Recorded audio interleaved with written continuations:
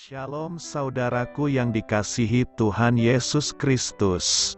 Selamat pagi, salam sejahtera untuk kita semuanya. Selamat datang kembali di Renungan Rohani pagi hari ini. Semoga saudara yang terkasih dalam keadaan sehat selalu.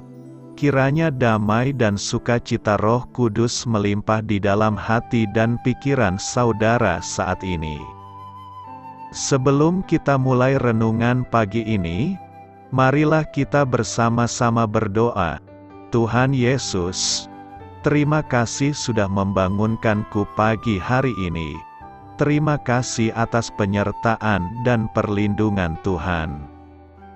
Semua karena karunia Tuhan aku dapat bangun dengan pagi hari ini. Aku menyerahkan seluruh aktivitasku hari ini ke dalam kuasa tangan Tuhan.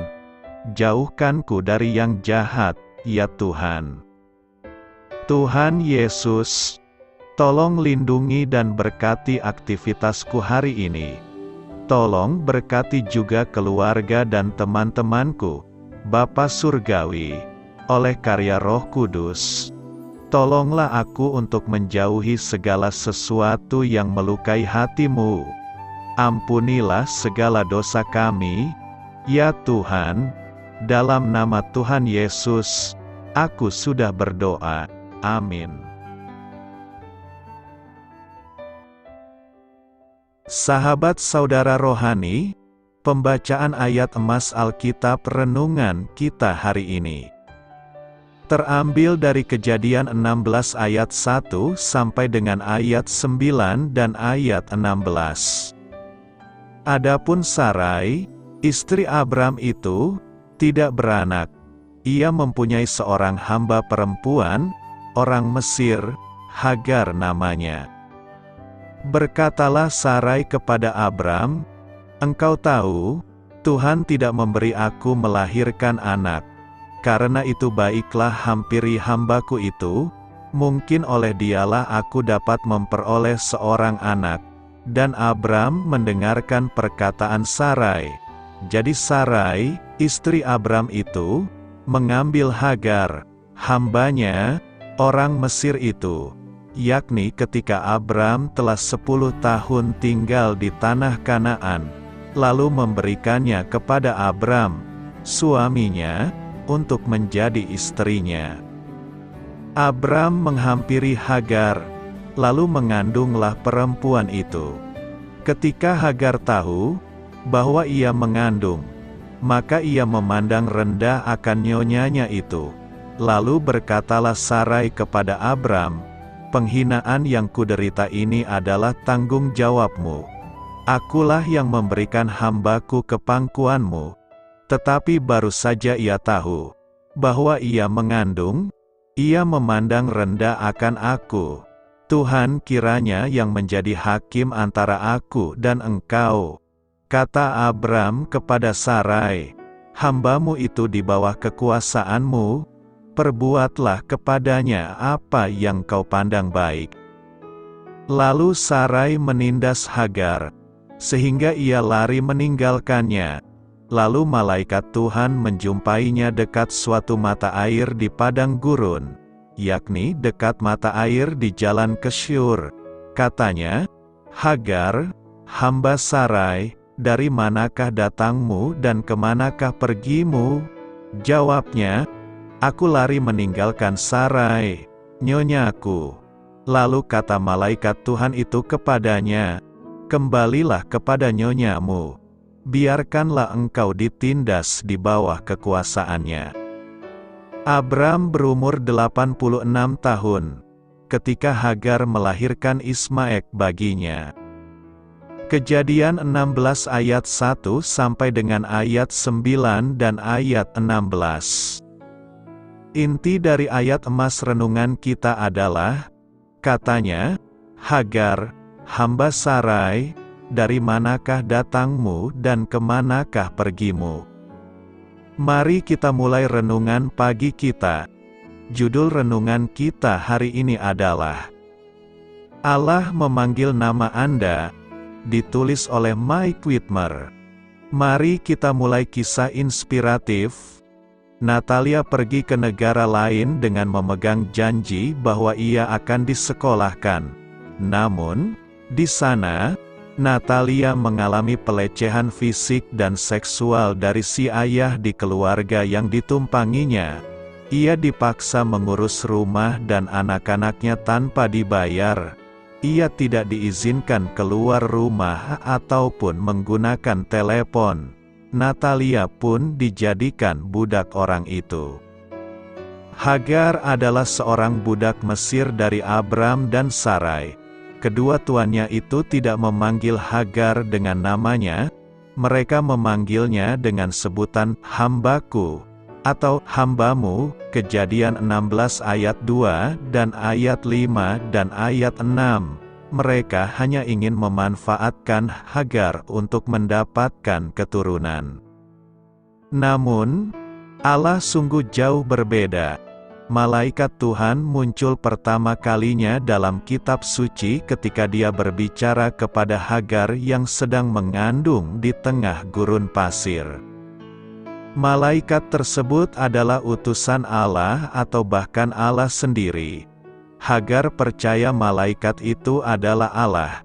Sebab katanya, "Bukankah di sini kulihat Dia yang telah melihat aku?"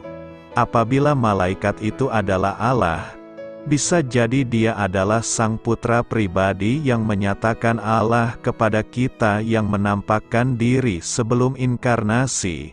Dia menyebut namanya, "Hagar, hamba Sarai, dari manakah datangmu dan kemanakah pergimu?" Allah melihat Natalia dan mendatangkan orang-orang yang peduli ke dalam hidupnya untuk menyelamatkannya. Kini ia sedang menimba ilmu di sekolah perawat. Allah melihat Hagar dan memanggilnya dengan namanya. Allah juga melihat Anda. Mungkin Anda telah diabaikan atau bahkan dilecehkan. Yesus memanggil nama Anda. Datang dan berlarilah kepadanya. Marilah kita renungkan di dalam hati kita. Yesus mengenal nama Anda. Apa artinya itu bagi Anda secara pribadi? Bagaimana Anda dapat menguatkan orang lain dengan mengingat dan mengenal nama mereka? Hal ini patut kamu ketahui. Nama-nama dalam Alkitab memiliki arti penting karena memberi makna bagi peristiwa-peristiwa yang menyertai penamaannya.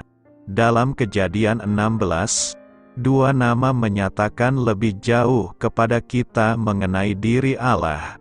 Ketika memberi nama Ismaek kepada anak laki-laki Hagar, Allah menyatakan dirinya sebagai Allah yang mendengar doa-doa kita.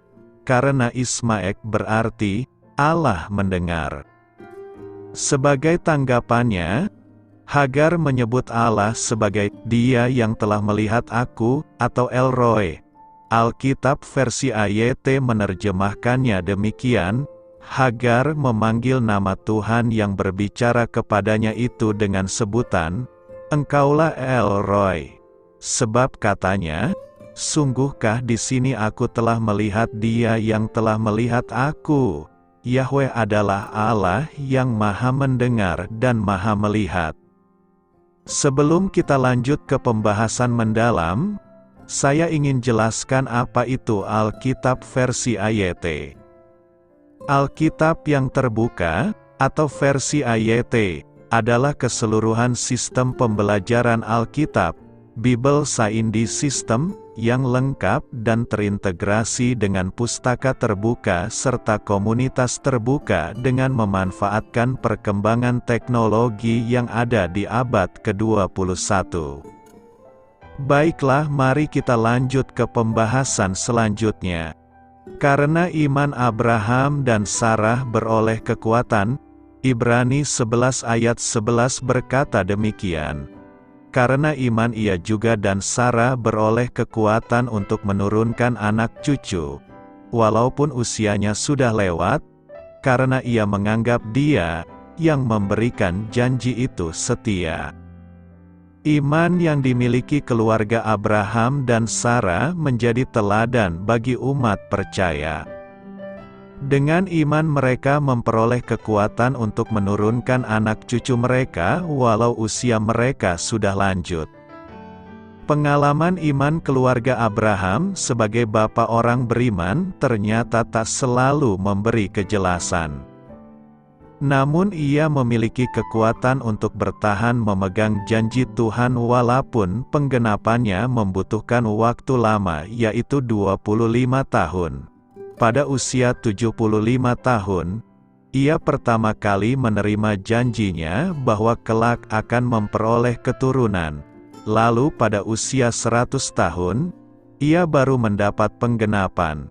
Saat itu, Sarah istrinya telah berusia 91 tahun. Tapi selama 25 tahun tersebut, Tuhan seringkali bersikap diam. Hal itu dapat mengakibatkan mereka mudah berubah dan tergoncang imannya. Kesimpulan kehidupan Abraham dan Sarah tertulis dalam Ibrani 11 ayat 11. Karena iman ia juga dan Sarah beroleh kekuatan untuk menurunkan anak cucu, walaupun usianya sudah lewat, karena ia menganggap Dia yang memberikan janji itu setia. Tapi sebelum sampai pada kesimpulan tersebut, mereka harus mengalami pergumulan iman yang tak selalu lancar. Alkitab telah berusaha secara terbuka memaparkan kerapuhan umat pilihan Tuhan khususnya ketika mereka mencoba hidup dalam janjinya. Memang, akhirnya mereka memiliki kekuatan untuk menjalaninya. Namun kisah hidup mereka tak seindah kesimpulan.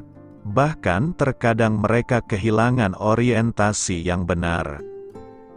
Janji Allah selalu didasarkan pada kredibilitas dirinya karena tak ada otoritas lebih tinggi yang dapat menjaminnya. Selain itu, semua janjinya tak pernah berkaitan dengan kebaikannya sendiri melainkan bagi tiap orang yang mau belajar hidup di dalamnya. Sebenarnya janji yang disampaikannya sudah cukup jelas dan dapat dimengerti tanpa ada yang tersembunyi walaupun penggenapan nubuat seringkali terjadi secara progresif, semakin lama makin nyata. Dalam pengalaman hidup beriman, ada orang Kristen yang mengatasnamakan suatu keputusan sebagai firman, padahal sebenarnya kehendak diri sendiri. Ia seharusnya tak menganggap diri kuat dan terus-menerus ingat akan janjinya dalam kesetiaan. Alkitab memaparkan kejelekan dan ketidakpercayaan manusia supaya ia mengoreksi diri sendiri. Tanpa kekuatan yang Tuhan berikan untuk mendampingi atau mengingatkan janji dan penggenapan, ia pasti mudah berpindah. Janji Tuhan pada Abraham dan Sarah ialah, "Aku akan membuat engkau menjadi bangsa yang besar, dan memberkati engkau serta membuat namamu masyhur, dan engkau akan menjadi berkat." Tapi hingga mereka tiba di Kanaan, atau 10 tahun penantian, tak ada tanda bahwa Tuhan akan menggenapinya. Karena gelisah, Sarah melakukan beberapa tindakan yang akhirnya menimbulkan banyak kesulitan, kekecewaan, dan sakit hati. Pertama, dalam Kejadian 16 ayat 2 dicatat kesimpulan Sarah yang sangat mengejutkan. "Engkau tahu, Tuhan tidak memberi aku melahirkan anak." Dengan demikian, ia telah mengalihkan tanggung jawab kepadanya. Ia mengatasnamakannya sebagai ketetapan Tuhan. Padahal sesungguhnya memang belum waktunya atau masih dalam proses. Inilah dosa Sarah, yaitu mengungkapkan asumsi yang salah tentang sikap, perilaku, dan kesetiaan Tuhan. Dosa tersebut berakibat Sarah mengizinkan Abraham menghampiri Hagar. Tindakannya bermaksud membantu Tuhan sekaligus menyelamatkan nama baik dan kehormatan suaminya. Mungkin, Hagar merupakan hadiah dari Fir'aun sewaktu mereka hendak meninggalkan Mesir. Selanjutnya, perempuan Mesir itu mengandung, Kenyataan tersebut membuatnya susah hati, tak tenang dan sangat kebingungan karena Hagar jadi memandang rendah dirinya. Perasaan tersebut berkelanjutan hingga Ismaek, anak Hagar, tumbuh dewasa. Ia juga merasa ketakutan hingga meminta Abraham mengusir mereka. Ketika mengetahui bahwa keturunan Abraham akan sebanyak bintang di langit, Sarah merasa sangat bertanggung jawab karena hanya dan harus melalui dialah keturunan pertama lahir. Dialah satu-satunya perempuan dalam hidup Abraham. Kejatuhan iman dapat terjadi ketika orang Kristen merasa lebih bertanggung jawab daripada Tuhan. Padahal ketika memberi janji, Ialah yang paling bertanggung jawab untuk menggenapkannya. Ia hanya menuntut para pengikutnya bersedia tunduk menjalani proses penggenapan. Sejujurnya, kerap kali orang Kristen memiliki pengalaman iman seperti Sarah. Iman sejati tak pernah memaksa atau mendorong Allah sedemikian rupa supaya menggenapi seluruh janjinya, baik di masa kini maupun mendatang. Iman sejati justru diungkapkan dengan sikap menunggu dan menyaksikan Allah lebih bertanggung jawab. Bagaimanapun juga, manusia masih memiliki peluang sangat besar untuk terjebak ke dalam berbagai asumsi hingga merasa bertanggung jawab untuk mempercepat penggenapan. Kedua, Sarah telah mengambil alih posisi Allah dengan mencoba membelokkan jalur di mana Abraham akan diberkati. Dalam Kejadian 17, ia mengulangi kembali janjinya. Tapi Abraham malah berkata, sekiranya Ismaek diperkenankan hidup di hadapanmu." Pernyataan tersebut menunjukkan imannya mulai bergeser hingga tak lagi yakin bahwa hanya melalui Sarah, Allah akan memberkati keluarganya. Maka Allah dengan tegas menjawab, "Tidak, melainkan istrimu Sarahlah yang akan melahirkan anak laki-laki bagimu, dan engkau akan menamai dia Ishak. Dan aku akan mengadakan perjanjianku dengan dia menjadi perjanjian yang kekal untuk keturunannya."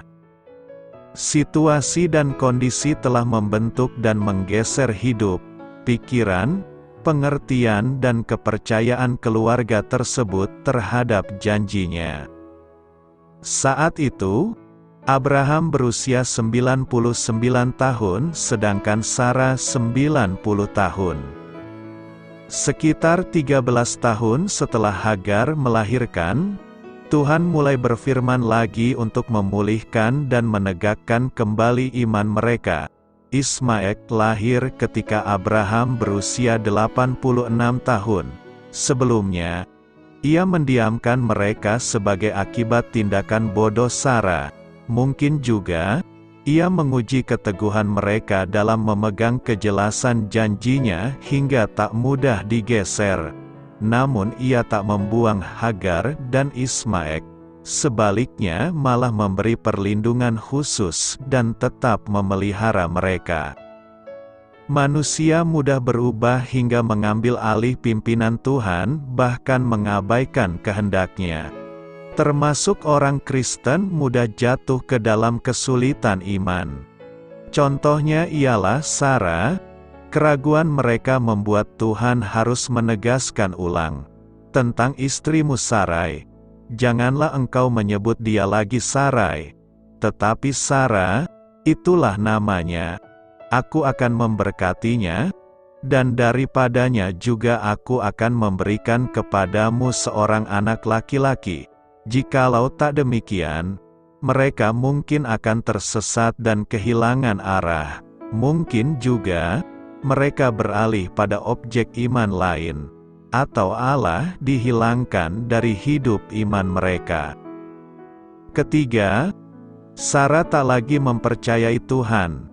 Kejadian 18 ayat 10 mencatat Tuhan berfirman, "Sesungguhnya aku akan kembali tahun depan mendapatkan engkau. Pada waktu itulah Sarah, istrimu, akan mempunyai seorang anak laki-laki. Mendengarnya, Sarah malah tertawa karena tak mengira bahwa janjinya masih ada. Lalu ia berkata dalam hati, "Akan berahikah aku, setelah aku sudah layu, sedangkan tuanku sudah tua?" Baginya, hal tersebut tak lazim dan sangat mustahil. Maka pertanyaan tersebut merupakan cetusan rasa tak percayanya. Selanjutnya, Sarah berusaha menipu Tuhan. Setelah ia tertawa, Allah bertanya pada Abraham, "Mengapakah Sarah tertawa?" Tapi, Sarah menyangkalnya dengan mengatakan, "Aku tidak tertawa."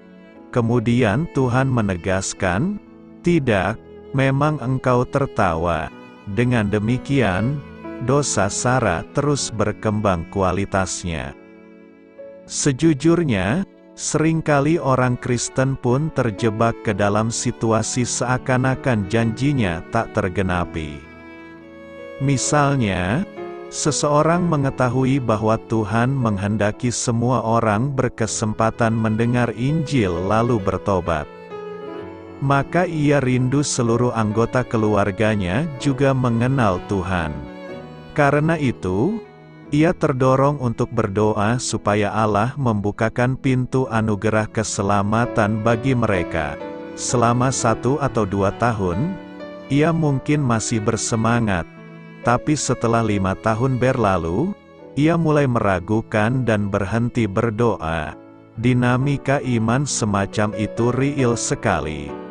Dan tiap orang Kristen harus terbuka terhadap segala kemungkinan dan berbagai varian iman yang mungkin terjadi dalam diri. Selain itu, ia juga perlu meminta pertolongan Tuhan agar diingatkan kembali akan janjinya. Sesungguhnya, Tuhan takkan pernah merubah atau merevisi janjinya. Namun orang Kristen mungkin memperhatikannya dengan baik hanya pada mulanya. Kemudian ia mencoba merubahnya atau bahkan tak lagi mempedulikannya. Orang Kristen yang jarang atau tak pernah berdoa apalagi membaca Alkitab dalam waktu cukup lama, mungkin ia mulai mengabaikan Tuhan. Karena itu, teruslah beriman walau terkadang kita harus berjuang menanti penggenapannya. Apa yang diajarkan Alkitab tentang kuasa yang dimiliki orang Kristen? Kuasa dapat diartikan sebagai kemampuan melakukan sesuatu berdasarkan kekuatan, keahlian, sumber daya, atau otoritas. Alkitab mengajar bahwa kuasa orang Kristen berasal dari Allah melalui Roh Kudus. Allah adalah sumber tertinggi kekuasaan. Segala kuasa datangnya dari Dia dan tergantung padanya. Ya Tuhan, punya mulah kebesaran dan kejayaan, kehormatan, kemasyhuran dan keagungan. Ya, segala-galanya yang ada di langit dan di bumi. Ya Tuhan, punya mulah kerajaan dan Engkau yang tertinggi itu melebihi segala-galanya sebagai kepala. Sebab kekayaan dan kemuliaan berasal daripada-Mu dan Engkaulah yang berkuasa atas segala-galanya. Dalam tangan-Mulah kekuatan dan kejayaan. Dalam tangan-Mulah kuasa membesarkan dan mengokohkan segala-galanya. Berbagai bagian perjanjian lama menceritakan bahwa Allah memberi kuasa-Nya kepada mereka yang lemah. Dia memberi kekuatan kepada yang lelah dan menambah semangat kepada yang tiada berdaya. Mazmur 68 ayat 35 mengajar bahwa Allah memberi kuasa kepada umat-Nya. Allah adalah dahsyat dari dalam tempat kudus-Nya, Allah Israel. Dia mengaruniakan kekuasaan dan kekuatan kepada umat-Nya. Terpujilah Allah. Seringkali kita membaca bahwa Allah memberi kuasa-Nya kepada para raja dan para nabi. Tetapi aku ini penuh dengan kekuatan, dengan Roh Tuhan, dengan keadilan dan keperkasaan. untuk memberitakan kepada Yakub pelanggarannya dan kepada Israel dosanya.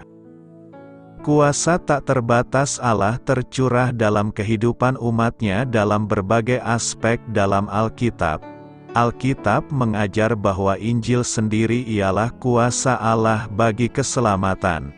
Sebab aku mempunyai keyakinan yang kokoh dalam Injil, karena Injil adalah kekuatan Allah yang menyelamatkan setiap orang yang percaya, pertama-tama orang Yahudi, tetapi juga orang Yunani. Kuasa seorang Kristen kemampuannya melakukan sesuatu yang berarti berasal dari Roh Kudus. Ketika Yesus naik ke surga, Ia memerintah supaya murid-Nya menanti kuasa yang mereka butuhkan. Tetapi kamu akan menerima kuasa, kalau Roh Kudus turun ke atas kamu, dan kamu akan menjadi saksiku di Yerusalem dan di seluruh Yudea dan Samaria dan sampai ke ujung bumi. Tanpa Roh Kudus, para murid akan hanya berjalan di tempat, seberapapun mereka berbakat, bersemangat, atau antusias terhadap pengabaran Injil. Kuasa dari Allah bagi orang Kristen menguatkan batin mereka.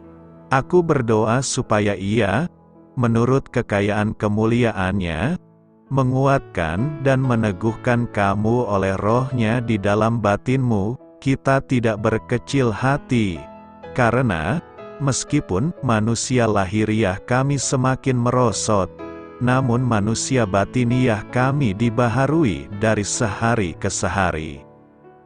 Kuasa Allah bagi orang Kristen memampukan mereka menjadi pelayan Injil.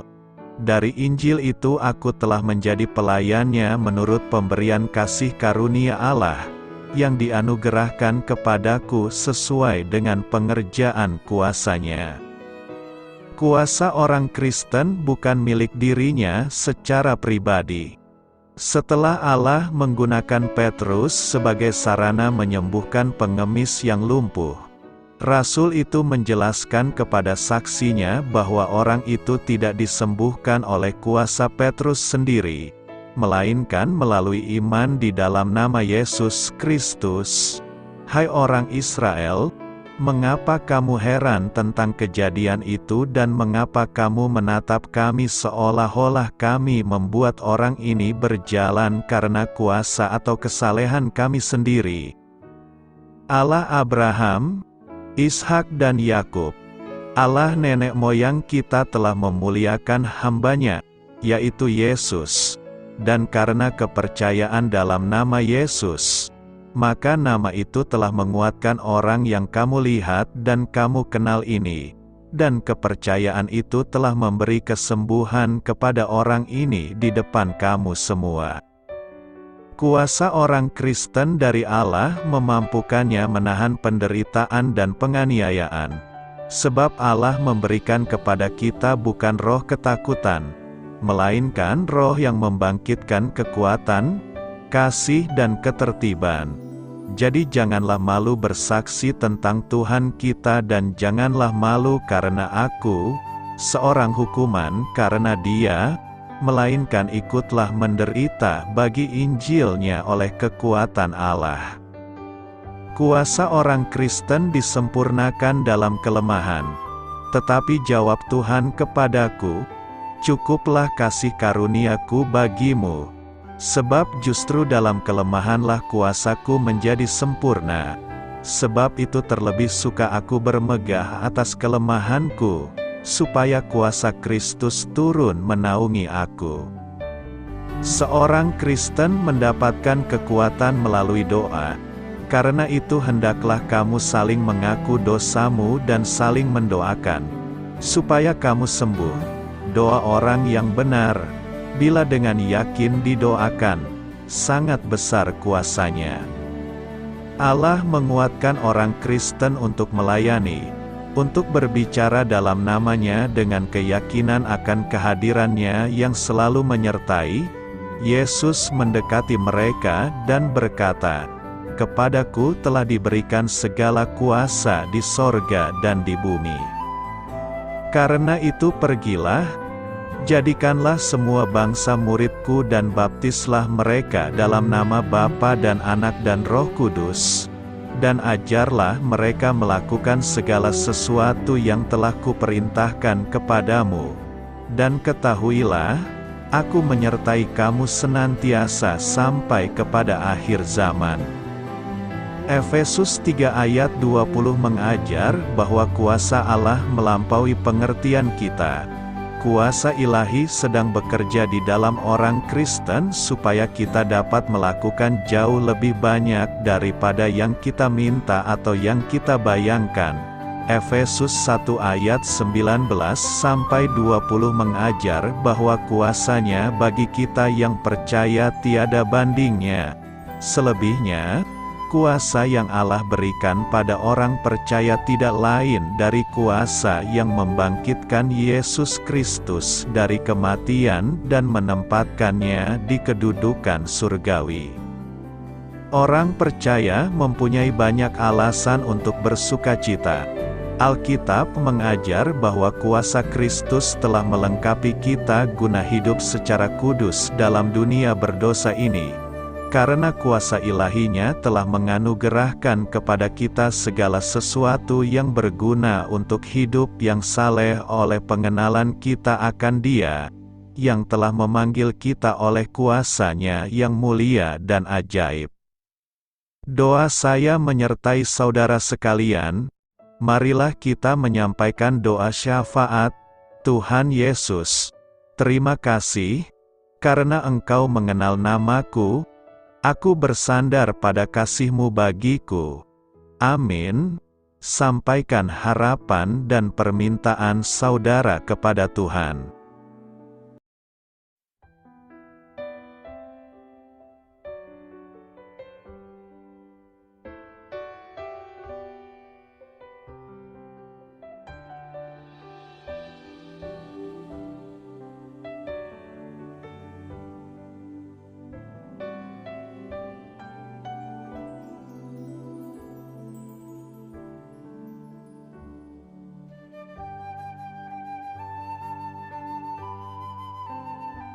Marilah kita renungkan sahabat saudara rohani. Demikianlah renungan firman Tuhan pagi hari ini. Semoga menjadi berkat dalam hidup kita. Dan sebelum kita memulai segala aktivitas kita pagi hari ini, marilah kita berdoa. Selamat pagi Bapa, malam hari telah berganti pagi.